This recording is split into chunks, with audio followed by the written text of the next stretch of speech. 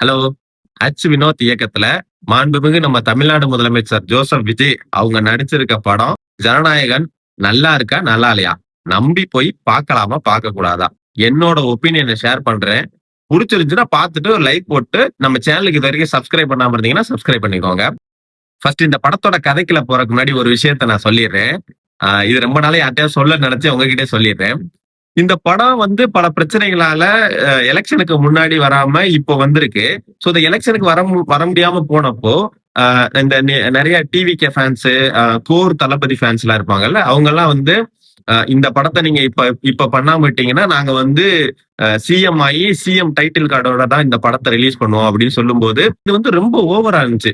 கற்பனைக்கு எட்டாத மாதிரி இருந்ததுனால நான் சொன்னேன் அப்படி நடக்கலாம் சாத்தியம் இல்ல அப்படிங்கிற மாதிரி. ஆனா கடைசியில என்ன நடந்துச்சுன்னா, அந்த டைட்டில் கார்டை பார்த்தோன்னே எனக்கே கூஸ் பம்ப்ஸா இருந்துச்சு. அந்த டைட்டில் கார்டை மாண்புமிகு தமிழக முதலமைச்சர் ஜோசப் விஜய் அவர்கள் அப்படின்னு போடும்போது உண்மையிலே அந்த சீன் வந்து கூஸ் பம்ப்ஸா இருந்துச்சு. இந்த பர்டிகுலர் விஷயத்துக்காகவே நிறைய பேர் தியேட்டருக்கு வந்து படம் வாங்குறாங்க. ஓகே, இப்ப படத்தோட கதைக்குள்ள போயிடலாம். படத்தோட ஓப்பனிங் சீன் பாத்தீங்கன்னா, ஒரு கிராமத்துல ஒரு குறிப்பிட்ட மக்கள் நாங்க ஓட்டு போட மாட்டோம், எலெக்ஷனை புறக்கணிக்கிறோம் அப்படின்னு சொல்லி இருப்பாங்க. அப்போ வந்து அந்த ஏரியாவுக்கு உள்ள போலீஸ் அதிகாரியா நம்ம நிழல்கள் ரவி வந்து ஏன் ஓட்டு போட மாட்டீங்க, அது உங்க ஜனநாயக கடமை, அதை நீங்க கண்டிப்பா பண்ணிதான் ஆகணும் அப்படிங்கிற மாதிரி சொல்லுவாரு. இல்ல எங்களுக்கு இவ்வளவு எல்லாம் பிரச்சனை இருக்கு ஓட்டு போட போனா அப்படிங்கிற மாதிரி சொல்லும் போது, நான் உங்களுக்கு வந்து தளபதி வெற்றி கொண்டான் அப்படின்ற ஒரு ஆளோட ஒரு கதையை நான் சொல்றேன் அப்படின்னு தான் ஓப்பனிங் சீனே ஸ்டார்ட் ஆகும். படத்தோட ஓப்பனிங் சீன்ல ஜெயில நம்ம ஹீரோவை அட்டாக் பண்றதுக்காக ஒரு கும்பல் வரும். அப்போ ஜெயிலரா இருக்கிறது யாருன்னு பாத்தீங்கன்னா கௌதம் வாசுதேவ் மேனன். கௌதம் வாசுதேவ் மேனன் வந்து பதட்டமாயி இதை எப்படியாவது தடுக்கணும், இந்த அட்டாக்கை தடுக்கணும் அப்படின்னு நினைச்சு சொல்லும் போது நிழல்கள் ரவி என்ன சொல்லுவாருன்னா, சார் நீங்க வந்து எதுவும் பண்ண வேணாம், தளபதி வெற்றி கொண்டான் வந்து இதை ஹேண்டில் பண்ணிடுவாரு அப்படிங்கிற மாதிரி சொல்லிடுவாங்க. இப்போ ஒரு ஃபைட் சீன் வரும். அந்த ஃபைட் சீன் முடிஞ்சதுக்கு அப்புறம் நம்ம ஜிவிஎம் என்ன பண்ணுவார்னா, இந்த ஆளு இவரை பத்தி நான் தெரிஞ்சுக்கணும் அப்படின்ட்டு இவரோட ஃபைல் எடுங்கன்னு சொன்னோன்னே இவரோட ஃபைல் இருக்கும். இவரோட ஃபைல் எடுத்தோன்னே இவரை பத்தி அவர் தெரிஞ்சுக்குவாரு. இந்த சமயத்துல பாத்தீங்கன்னா ஜிவிஎம்மோட பொண்ணு வந்து நம்ம தளபதியோட ரொம்ப இணக்கமாயிருவாங்க, ரொம்ப க்ளோஸ் ஆயிடுவாங்க. ஒரு கட்டத்துல என்ன ஆயிரும்னா, தளபதிக்கு வந்து ஜெயிலர் ஹெல்ப் பண்ணாரு ஜெயிலுக்குள்ள அப்படின்னு தெரிஞ்சுக்கிட்டு அவர் ஜெயிலரை வந்து அந்த போஸ்டிங்ல இருந்து தூக்கிடுவாங்க. அந்த போஸ்டிங்ல இருந்து அவர் போறதுக்கு முன்னாடி ஜிவிஎம் என்ன பண்ணுவாருன்னா, கருணை அடிப்படையில சில பேரை விடுதலை செய்யற பட்டியல்ல தளபதி பேரையும் சேர்த்துட்டு போயிடுவாரு. இதை தெரிஞ்சுக்கிட்ட நம்ம தளபதி ஜிவிஎம் பார்க்க போவாரு. அப்போ என்ன ஆகும்னா, ஜிவிஎம் வந்து அவரோட ஸ்டோரிய பத்தி சொல்றாரு. அவர் எப்படி ஜெயிலர் ஆனாரு, அவரோட ஒய்ஃப் இறந்து போயிருப்பாங்க, அவங்க ஒய்ஃபோட கனவை சொல்லுவாங்க.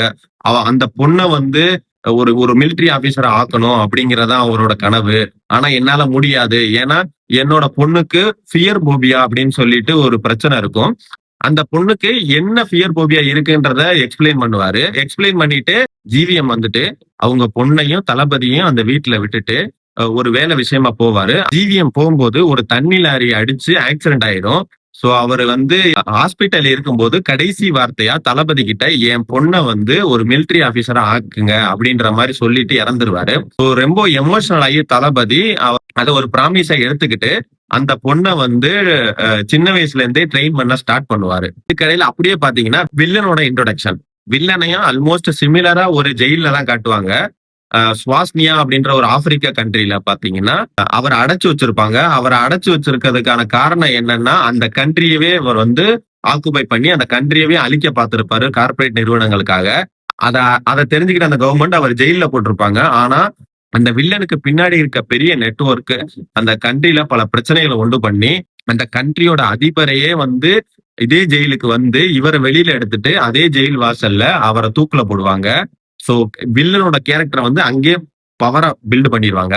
வில்லனோட அடுத்த டார்கெட் இந்தியாவா இருக்கும். சோ இந்தியாவுக்கு வர்ற வில்லனுக்கு இங்க ஹெல்ப் பண்றதுக்கு பொலிட்டீஷியன் பிரகாஷ்ராஜ் இருப்பாரு.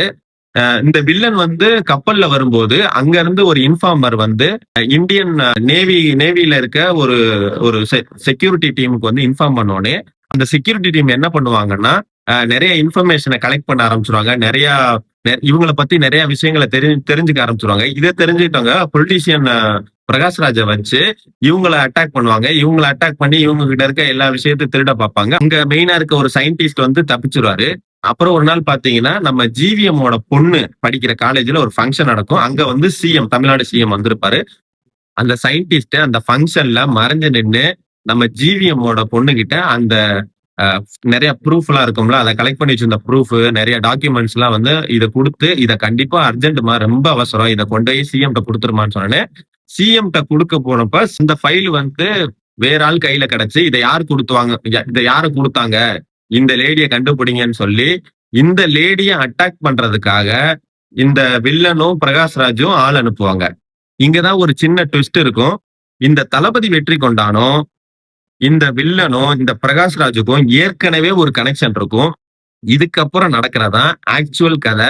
இப்போ நம்ம தளபதி வந்து அந்த பொண்ணை மிலிட்டரி ஆபீசரா மாத்தினாரா இல்லையா, இந்த வில்லன் கும்பல் வந்து இந்தியாவை அழிக்கன்னு வந்துச்சு, அதுல இருந்தும் நம்ம தளபதி வந்து இந்தியாவை காப்பாத்தினாரா இல்லையா அப்படிங்கறதான் கதை. இந்த படத்தோட பிளஸ் எதுன்னு பாத்தீங்கன்னா நிறைய இடத்துல உங்களுக்கு கூஸ்பம்ஸ் மொமெண்ட் இருக்கும். அதே மாதிரி ஹச் வினோத் வந்து அந்த வசனம் எழுதுறதுல ஒரு ஒரு ஒரு செம ஆளு, ஒரு செம டைரக்டர் அப்படின்னு தான் சொல்லுவேன். ஏன்னு கேட்டீங்கன்னா இந்த பிரகாஷ்ராஜ் வந்து வில்லனா காட்டும் போது ஃபர்ஸ்ட் சீனே பாத்தீங்கன்னா அவர் கூட ஒருத்தர் நடந்து வருவாரு. ஒரு கடலை செடி இருக்க ஒரு காட்டுக்குள்ள போவாங்க.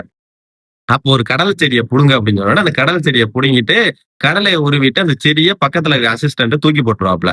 அப்போ வந்து அதை ஏன்டா தூக்கி போட்ட, அதை எடுத்து மறுபடியும் நட்டு வைடான்னு எதுக்குன்னு கேட்கும்போது கடலைக்கு கடலையும் ஆச்சு நமக்கு, இப்ப விவசாயி வந்தான்னா அவனுக்கு அங்கனக்குள்ள செடி இருக்குன்ட்டு போயிருவான். இப்படிதான்டா விஞ்ஞான ஊழல் பண்ணணும் அப்படின்னு வசனத்துக்கெல்லாம் ஒரு பெரிய கிளாப்ஸ் கிடைச்சது தியேட்டர்ல. அதே மாதிரி அடுத்து எனக்கு என்ன கூஸ்பம்ஸ் மொமெண்ட்ஸ் பாத்தீங்கன்னா படத்தோட இன்டர்வலுக்கு முன்னாடி இந்த ராவண மவண்டா பாட்டு இருக்குல்ல, இந்த ராவண மவண்டா பாட்டு ஒரு பெர்ஃபெக்டான ஒரு இடத்துல வரும். படத்துல நடிச்ச எல்லாருமே நல்லா நடிச்சிருக்காங்க. அந்த நடிப்பெல்லாம் யாருமே குறை சொல்ல முடியாது. அதே அதே மாதிரி படத்துல வந்து மியூசிக் பாத்தீங்கன்னா ஒரு பெரிய ரோல் பிளே பண்ணிருக்கீங்கன்னு சொல்லுவேன். அனிருத்துக்கு ஹியூஜ் கிரெடிட்ஸ். ஏன்னா அனிருத் வந்து அந்த ரெஸ்பான்சிபிலிட்டி தளபதியோட கடைசி படம் அப்படிங்கிறதுனால அந்த ரெஸ்பான்சிபிலிட்டியை ஃபுல்லா எடுத்துக்கிட்டு ரொம்ப நீங்க எல்லா படத்துல நிறைய இடத்துல நல்ல நல்ல பிஜிஎம்ஸ் இருக்கு, சாங்ஸ் நல்லா ஒர்க் அவுட் ஆயிருக்கு. அதே மாதிரி படத்துல வந்து கொரியோகிராஃபி, சாங்ஸோட கொரியோகிராஃபி, டான்ஸ் எல்லாமே பக்காவா இருக்கும். இப்போ படத்துல வந்து என்னென்ன நெகட்டிவா இருக்குன்னு பாத்தீங்கன்னா ஒருவேளை நீங்க படத்துல இந்த லாஜிக் பாக்குற ஆளா இருந்தா கண்டிப்பா உங்களுக்கு இந்த படம் பிடிக்காது. ஏன்னு கேட்டீங்கன்னா படத்துல நிறைய இடத்துல வில்லன் கேங் வந்து துப்பாக்கி யூஸ் பண்ணிக்கிட்டு இருக்க இடத்துல ஹீரோ சைடு வந்து கத்தி, மேக்சிமம் கத்தி யூஸ் பண்ணிருப்பாங்க. சோ நீங்க துப்பாக்கி கத்தி அந்த கம்பாரிசன் போட்டீங்கன்னா அதுல கொஞ்சம் லாஜிக்கா இடிக்கும். பட் படத்துல வந்து அந்த ஃபைட்ல நீங்க வந்து படத்துல பாத்தீங்கன்னா தளபதி மாதிரி ஒரு ஆள் வந்து அந்த ஃபைட்டை பண்ணும்போது உங்களுக்கு ஏத்துக்கிற மாதிரி தான் இருக்கும். பட் லாஜிக்கலா நீங்க யோசிச்சீங்கன்னா அது உங்களுக்கு பிடிக்காம போயிடும். அதே மாதிரி படத்துல அடுத்து என்ன விஷயம் எனக்கு ஒரு விஷயம் பிடிக்கல அப்படின்னு பாத்தீங்கன்னா நம்ம இந்தியன் ஆர்மி வந்து 4th லார்ஜஸ்ட் ஆர்மி அப்படின்னா நம்ம கிட்ட எவ்வளவு பெரிய டெக்னாலஜிஸ் இருக்கும், எவ்வளவு விஷயங்கள் நம்ம கிட்ட இருக்கும். இந்த ஒரு படத்துல ஒரு கட்டத்துல பாத்தீங்கன்னா இந்தியன் ஆர்மியை கூப்பிட்டு இந்தியன் ஆர்மியாலே சமாளிக்க முடியாத இந்தியன் ஆர்மியை கூப்பிடுவாங்க.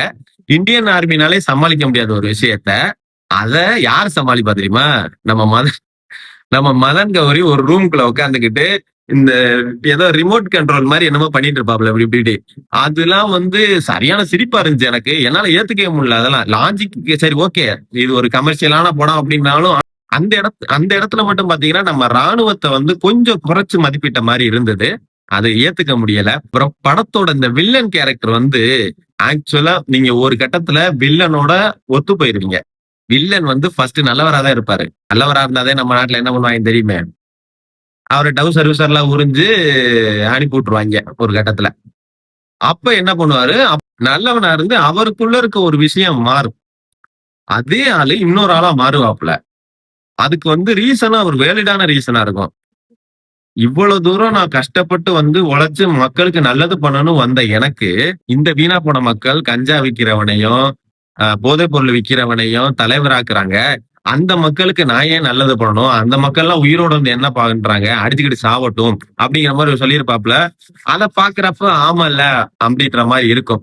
படம் ஓவராலா எப்படி இருக்குன்னா தளபதி ஃபேன்ஸ், டிவிக்கு தொண்டர்கள் கொண்டாடுற மாதிரி படத்தை முழுக்க முழுக்க ஒரு கொண்டாட்டமாவும் ஒரு மாசாவும் பக்கா தளபதி படமா எடுத்து வச்சிருக்காங்க. நீங்க நியூட்ரல் ஆடியன்ஸா இருந்தாலும் நீங்க வந்து படத்தை ஒரு தடவை பார்க்கலாம். உங்களுக்கு எங்கேயும் போர் அடிக்காது. படம் வந்து நல்லா இருக்கு. ஏன்னா நிறைய இடத்துல நிறைய சோசியல் மெசேஜ் இருக்கு. அந்த சோசியல் மெசேஜ் நார்மலா இருக்கிற ஆள விட தளபதி மாரி ஒரு ஆளு சொல்லும்போது அது ஈஸியா போய் மக்கள்ட்ட சேரும். சோ அதனால கண்டிப்பா எல்லாரும் பார்க்கணும். பாய்.